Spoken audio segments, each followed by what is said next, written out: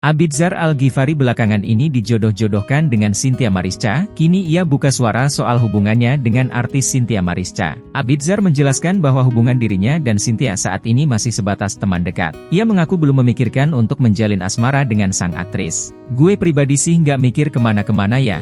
Ya udah kita teman aja, teman dekat, teman baik juga," ungkap Abidzar. Abidzar mengakui ia dan Cynthia sejauh ini memang berteman baik. "Ya teman dekat aja, teman baik, nggak ada yang gimana-gimana gitu," katanya. Abidzar pun menyebut dirinya sudah lama mengenal Cynthia sejak 3 tahun lalu. Abidzar menilai ada kemiripan antara dirinya dengan Cynthia. Bahkan Abidzar pun merasa memang ada bagian wajahnya yang mirip dengan Cynthia. "Ya gue ngerasain sih emang ada mirip-miripnya dikit, cuman gak sepenuhnya, ya mungkin dari hidung sama bentuk mukanya sama," terang Abidzar. Abidzar merasa dirinya dan Cynthia bisa nyambung saat membahas apapun. Terlebih lagi ia dan Cynthia juga sama-sama memiliki hobi yang sama yakni motor.